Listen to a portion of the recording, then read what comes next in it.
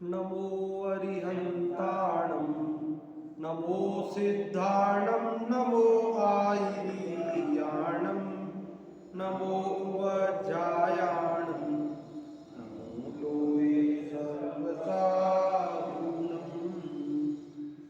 यह पद्मनंदी पंचविंशति का नामक ग्रंथराज है। इसके 135 श्लोक हमने पढ़ लिए हैं। आज हम 136वां श्लोक पढ़ेंगे। 135वें श्लोक में यह बात बताई गई थी कि आत्मा कहाँ रहता है, आत्मा कैसा है और आत्मा किसने देखा इत्यादि सभी प्रश्नों का उत्तर यह है कि जो यह प्रश्न कर रहा है वही आत्मा है, क्योंकि ऐसे प्रश्न अन्य पदार्थों में, जड़ में पैदा नहीं होते, पुद्गल आदि में पैदा नहीं होते। इस प्रकार आत्मा की सिद्धि की। आज इस 136वें श्लोक में भी आत्मा की सिद्धि कर रहे हैं कि आत्मा है कैसे माने। आज के युवाओं का और सबका ये प्रश्न है कि आत्मा है कैसे माने, दिखता तो है नहीं, फिर आत्मा है ये कैसे माना जाए। उसी का उत्तर इस 136वें श्लोक में भी दे रहे हैं। देखिए, आत्मा मूर्ति विवर्जितोऽपि वपुषि स्थित्वापि दुर्लक्ष्यतां प्राप्तोऽपि स्फुरति स्फुटं यदहमित्युल्लेखता सन्ततं तत्किं मुह्यत शासनादपि गुरोः भ्रान्ते समोत्सृज्यता मन्ता पश्यत निश्चलेन मनसा तं तन्मुखाक्षव्रजः। आत्मा मूर्ति विवर्जितोपि। मूर्ति विवर्जित मतलब मूर्ति से रहित। मूर्ति किसको कहते हैं? स्पर्श रस गंध वर्ण। मूर्ति किसको कहते हैं? जिसमें स्पर्श रस गंध वर्ण पाए जाते हैं उसे मूर्ति कहते हैं, और जिसमें स्पर्श रस गंध वर्ण नहीं पाए जाते उसको अमूर्ति कहते हैं। तो आत्मा मूर्तिक है कि अमूर्तिक है? अमूर्तिक है, क्योंकि उसमें स्पर्श रस गंध वर्ण नहीं पाए जाते हैं। विवर्जित मतलब रहित। तो मूर्ति विवर्जितोपि, स्पर्श रस गंध वर्ण से रहित होने पर भी कैसा है आत्मा? वपुषि स्थित्वापि। वपु मतलब शरीर, वपुषि मतलब शरीर में, स्थित्वा मतलब रहकर भी, स्थित्वा अपि कैसा है आत्मा?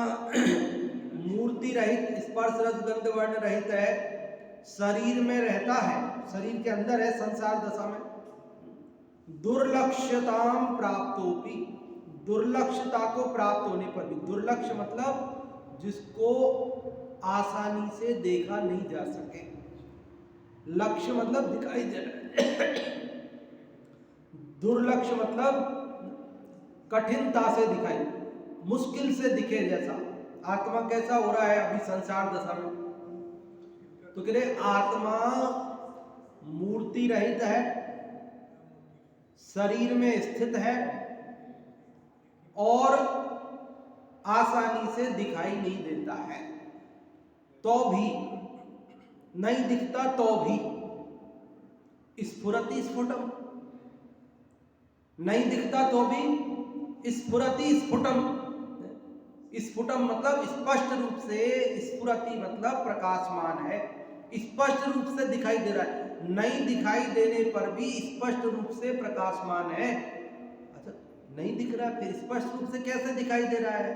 तो कह रहे हैं यत अहम इति उल्लेखता संततम। यत मतलब जो, अहम, अहम मतलब मैं, इति इस प्रकार के, उल्लेखता उल्लेख से, कहने से, संततम निरंतर।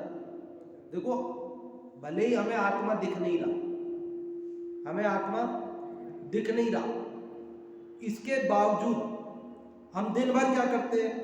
मैं खाना खा रहा हूं, मैं जा रहा हूं, मैं सो रहा हूं, मैं बैठ रहा हूं। मैं कौन है? ये मैं कौन है? ये जो मैं, हम दिन भर मैं की रट लगाते हैं ना, इससे पता चल रहा है कि ये आत्मा है। समझ में आ रही बात? यत अहम इति उल्लेखतः स्फुटम स्फुरति।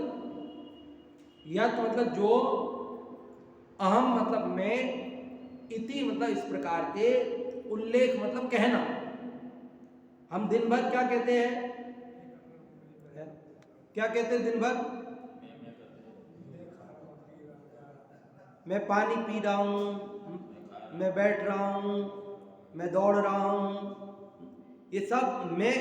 ये जो दिन भर हम मैं बोलते हैं, इस मैं से स्पष्ट रूप से आत्मा झलक रहा है, दिखाई दे रहा है। यद्यपि आंखों से दिखाई नहीं दे रहा है, यद्यपि आंखों से आत्मा दिखाई, यद्यपि हाथ से छूने में आत्मा नहीं आ रहा है, यद्यपि आत्मा को ऐसे फोटो नहीं खींचा जा सक रहा उसका, लेकिन ये जो मैं बोलते हैं ना हम दिन भर सब लोग, उससे ये पता चल रहा है कि ये आत्मा है। क्या पता चल रहा है उससे? अरे कभी ये माइक बोलता है क्या? मैं ऐसे बोलता है? ये टेबल बोलता है? ये मकान बोलता है? ये दीवारें बोलती है? बोलते तो हैं कि दीवारें, बोलती हुई दीवारें हैं, लेकिन बोलती हुई दीवारें भी बोलती है? नहीं बोलती है। अच्छा ये स्पीकर तो बोलता है? स्पीकर तो बोलता है? नहीं, स्पीकर तो बोल रहा, नहीं बोल रहा। हाँ, दीवालों के कान होते हैं। आजकल तो आंखें भी होती है दीवालों के। आंखें भी लगा रखी आप लोगों ने दीवालों के। कान तो पहले भी होते थे पुराने जमाने में भी, आजकल आंखें भी होती है दीवालों के। बहुत सारी चीजें होने लगी आजकल, तो सेंसर लगे रहते हैं। कान और आंख ही नहीं, सब चीजें हैं। आप जाओगे दरवाजा खुल जाएगा, और आप निकल जाओगे तो बंद हो जाएगा है? नल के नीचे हाथ करोगे तो पानी आ जाएगा, पंखे के नीचे जाओगे तो चल जाएगा, साइड में जाओ तो पंखा बंद, कमरे में घुसो तो लाइट चालू, और बाहर निकलो तो बंद। जैसी व्यवस्था चाहिए वैसी ये सब स्थितियां होने पर भी ये तो बोलते क्या है, ये हमारी रखी हुई चीजें हैं, लेकिन ये जो मैं हम बोलते हैं ना दिन भर, इससे पता चलता है कि ये आत्मा है। क्योंकि आत्मा के सिवाय और कोई भी ये नहीं बोलता कि मैं।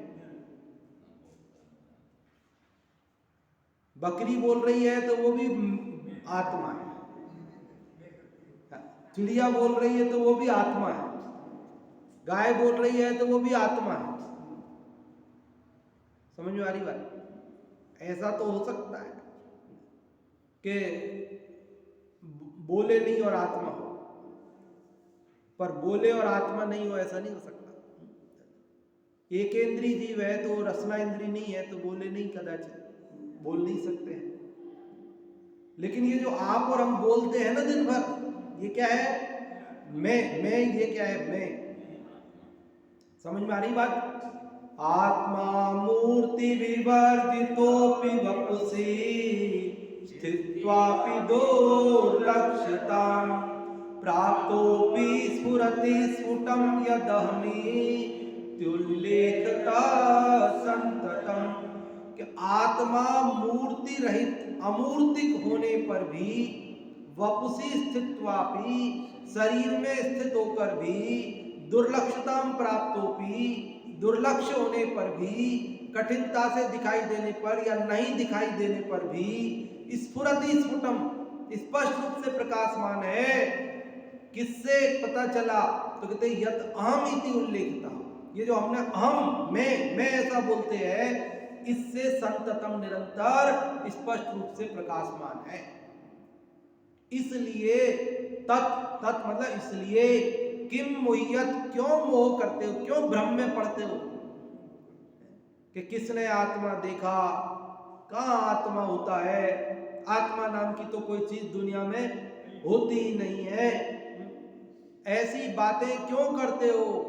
कह रहे तत् किम मोहियत, तत् मतलब इसलिए, किस लिए कि स्पष्ट रूप से मैं से उल्लेख से पता चल रहा है, इसलिए किम मोहियत क्यों मोह करते हो, क्यों भ्रम में पड़ते हो। शासनाद अपि गुरोः भ्रांति ही समुत्सृज्यताम, क्या करो, शासनात्, शासन मतलब उपदेश, शासन मतलब, शासन का मतलब होता है उपदेश। आत्मानुशासन पढ़ा था ना अपन ने, क्या मतलब था, आत्मा का उपदेश। आत्मानुशासन मतलब क्या, आत्मा का उपदेश। शासन का मतलब होता है उपदेश, कहना, आज्ञा, आदेश, ये सब एक ही बात है।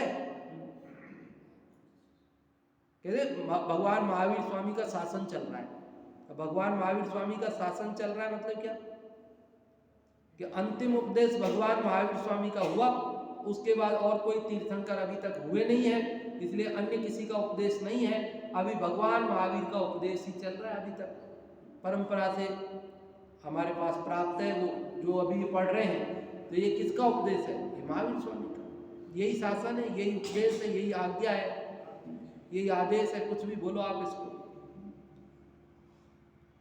शिक्षा बोलो, भगवान महावीर स्वामी की शिक्षा बोलो, यही है।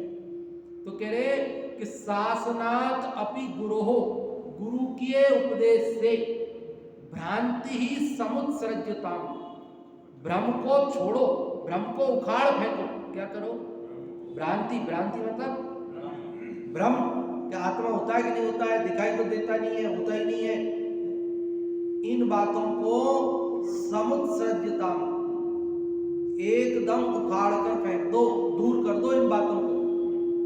थोड़ी सी आवाज कम कर ले, समझ में आ रही बात।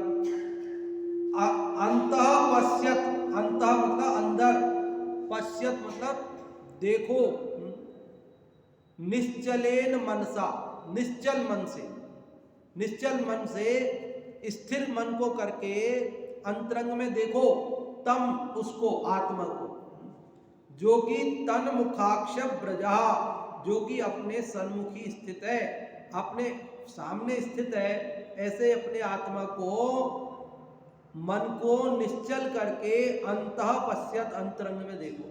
आत्मा को कहाँ देखो, हम आत्मा को कहाँ देखते हैं, बाहर देखते हैं।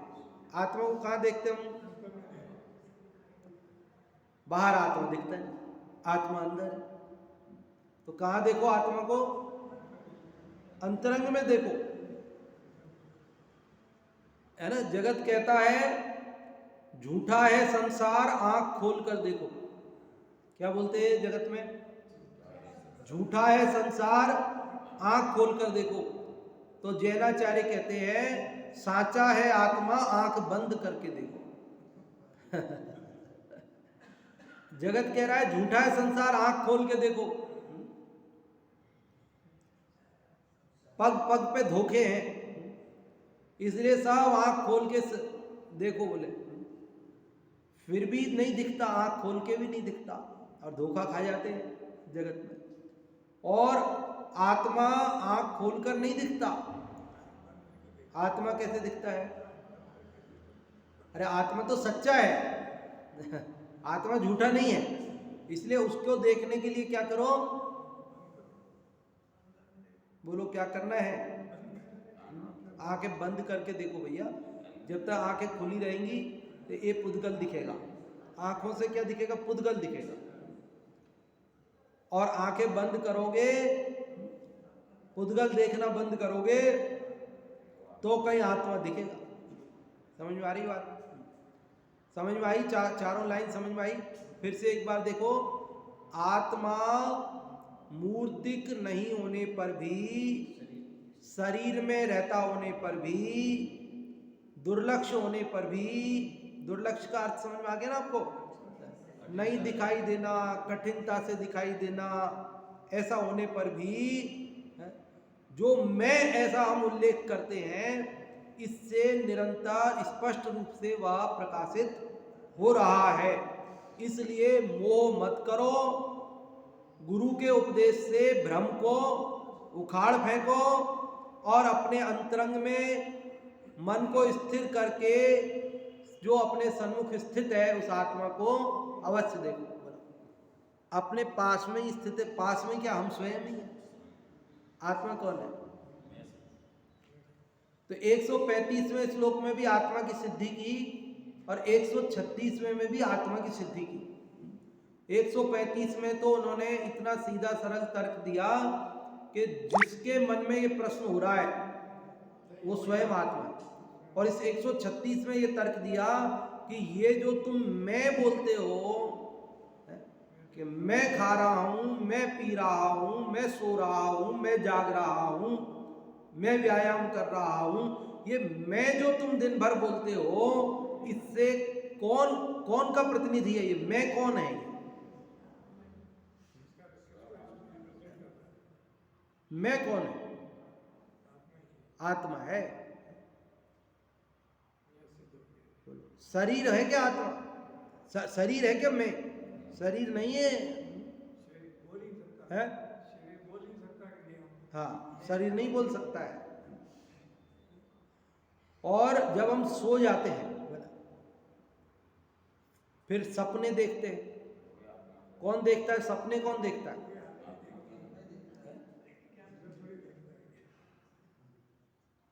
सपने रंगीन होते हैं कि रंगहीन होते, रंग रहित होते हैं? सपनों में रंग होते हैं कि नहीं होते हैं?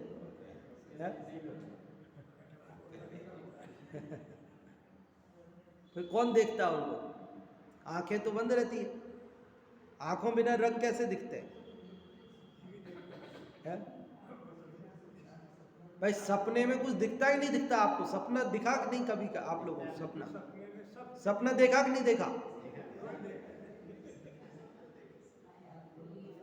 ऐसे स्वप्न कभी नहीं देखे माता जी ने जैसे देखे वैसे। तो वो स्वप्न देखे तो स्वप्न किसने देखे? आंखें खुली थी कि आंखें बंद थी जब सपने देखे तब? तो आंखें बंद होने पर किसने देखे सपने? अरे जिसने देखे वही तो आत्मा है। आत्मा कौन है? जिसने देखे, बंद आंखें होने पर भी जिसने देखे वही तो आत्मा है। ये आंखें तो खिड़की है। जैसे कोई चोर को जेल में बंद कर दिया, अब खिड़की में होके वो बाहर देखता है। मान लो खिड़की है उसमें, तो खिड़की में होके वो बाहर देखता है। तो कौन देखता है? खिड़की देखती है कि चोर देखता है? बोलो कौन देख रहा है? खिड़की देख रही है कि चोर देख रहा है? अंकल जी पीछे, खिड़की देख रही, चोर देख रहा है?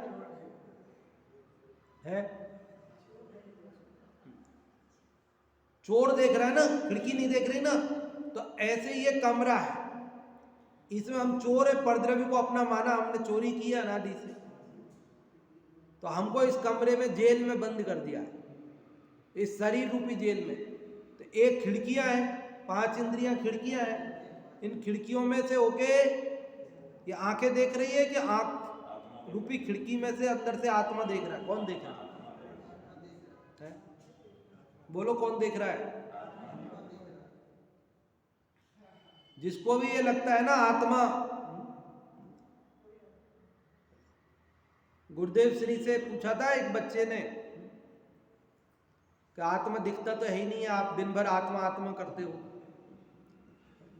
भगवान आत्मा भगवान आत्मा भगवान आत्मा बोलते हो, लेकिन वो आत्मा दिखता तो है ही नहीं। उस समय बचपन की उम्र थी, अब तो वो बड़े होंगे, कोई है ना जो जानते होंगे आप लोग, तो नाम भी जानते होंगे उनका। तो उन्होंने पूछा ऐसा, तो उन्होंने कहा कि बेटा आंखें बंद करो। आंखें बंद करी कि बताओ बच्चे तुमको क्या दिख रहा है? अब क्या दिखा? आंखें खोल लो। जब आंखें बंद की तब क्या दिखाई दिया? क्या दिखाई दिया आंखें बंद की थी तब? तो बोले अंधेरा अंधेरा दिखाई दिया। तो आंखें खुली रखी थी कि आंखें बंद रखी थी? कन्हैयालाल जी साहब, आंखें खुली रखी थी कि बंद रखी थी जो अंधेरा दिखा? तो बंद आंखों से अंधेरा दिखता है क्या? अभी अपन ऐसे आंख बंद करके सामायिक करने बैठ जाए और बीच में लाइट चली जाए तो अपने को पता चलेगा कि लाइट चली गई है?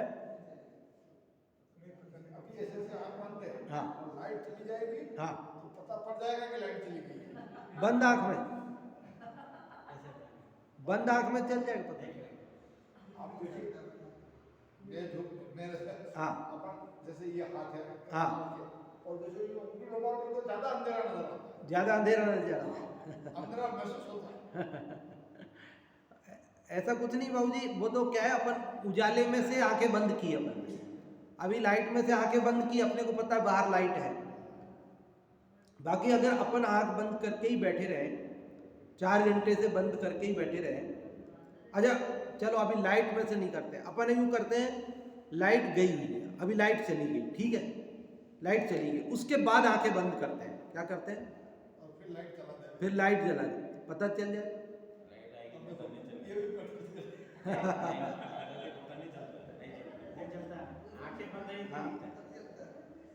ये तो क्या अपने मन में संदेह, अपने को लगता है हाँ आ गई होगी, हाँ ये है, ये वो है, अभी जल रही थी, वहाँ हो रहा था, ये हो रहा था, तो वो मन से अपने को ऐसा लगता है। पर आंखें बंद है तो न तो अंधेरा दिखेगा ना उजाला दिखेगा, कुछ नहीं दिखेगा। आंखें बंद है तो अंधेरा और उजाला कौन देख रहा है? तो आंखें बंद होने पर अंधेरा दिख रहा है, तो अंधेरे को देखने वाला कोई आत्मा है, ज्ञान है, और जो ज्ञान है वही आत्मा है। तो आत्मा की सिद्धि समझ में आ रही है कि नहीं आ रही बात? देखो हिंदी वाला पढ़े, देह स्थित बिन मूर्ति आत्मा अतः प्रत्यक्ष नहीं दिखता, लेकिन मैं ऐसी प्रतीति से स्पष्ट गुरु वचनों से भ्रांति तजो, क्यों व्यर्थ बाह्य में मोह करो, निश्चल करके देह स्थित, शरीर में स्थित होने पर, बिन मूर्ति, मूर्ति रहित अमूर्तिक होने पर भी आत्मा प्रत्यक्ष नहीं दिखाई देता है, लेकिन मैं इस प्रकार की जो प्रतीति है इससे स्पष्टतया आत्मा जानने में आता है। गुरु वचनों से भ्रांति तजो, गुरु के सदगुरु के उपदेश से भ्रम छोड़ो, क्यों व्यर्थ बाह्य में मोह करो, बाह्य पदार्थों में मोह में अंधे मत हो भैया। मन और इंद्रिय को निश्चल करके अंतरंग में अपने आत्मा को अवश्य देखो। अर्थ, इस आत्मा की कोई मूर्ति नहीं है, तो भी यह शरीर के भीतर ही रहता है। कहाँ रहता है? इसको प्रत्यक्ष देखना अत्यंत कठिन है। आत्मा को प्रत्यक्ष देखना, आंखों, प्रत्यक्ष मतलब आंखों से देखना, बाकी तो प्रत्यक्ष ही है आत्मा तो, पर इंद्रियों से, इंद्रिय प्रत्यक्ष नहीं है इस अपेक्षा से। इसको प्रत्यक्ष देखना अत्यंत कठिन है, तो भी अहम जानामि, अहम करोमि, अर्थात मैं जानता हूं, मैं करता हूं इत्यादि प्रतीतियों से यह स्पष्ट रीति से जाना जाता है। गुरु आदि के उपदेश से भी भली भांति इसका ज्ञान होता है। अतः ग्रंथकार कहते हैं कि हे भव्य जीवों, मन तथा इंद्रियों को निश्चल कर अपने अंतरंग में इस आत्मा का अनुभव करो, क्यों व्यर्थ ही बाह्य पदार्थों में मोह करते हो। भावार्थ, अनेक मत वाले ऐसा मानते हैं कि आत्मा कोई पदार्थ नहीं। अनेक मत वाले मतलब अजी आप और हम में से नाम तो जैन है, नाम के आगे तो जैन भी नहीं लगाते अब हम, क्योंकि अब हमको शर्म आती है जैन लगाने में, क्योंकि हमारे अंदर जैन के लक्षण बचे नहीं, इसलिए हम जैन लगाते नहीं। इसलिए हमने क्या करा, अपने नाम के आगे से जैन लगाना हटा दिया और दूसरे दूसरे नाम लगाने लग गए। इसीलिए तो लगाने लग गए क्योंकि जैन लगाने में तो फिर जिम्मेदारी हो जाती है, लोग पूछेंगे तुम जैन हो, फिर तुम ऐसे करते हो, इसलिए लोगों ने अपने जैन हटा लिए और दूसरे दूसरे लगाने शुरू कर दिए। कोई गोत्र लगाता है, कोई जाति लगाता है, कोई कुछ और लगाता है, लगा रखे। तो क्यों जैन लगाए तो कोई भी टोक देवे कि तुम जैन हो, ऐसे कैसे कर रहे हो इसलिए बदल लिए लोगों ने नाम। अरे लगाओ तो कम से कम कोई टोकेगा तो कम से कम अपने को याद तो आएगी, कहीं भूल करेंगे जो है? कहीं भूल करेंगे तो कोई टोकेगा तो सही कम से कम।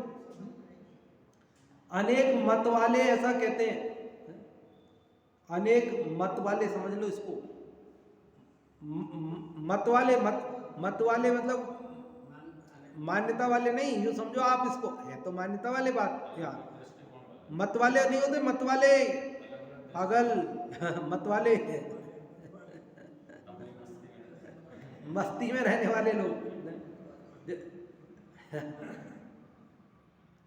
अरे जो आत्मा को नहीं मानते उनका कोई मत थोड़ी है?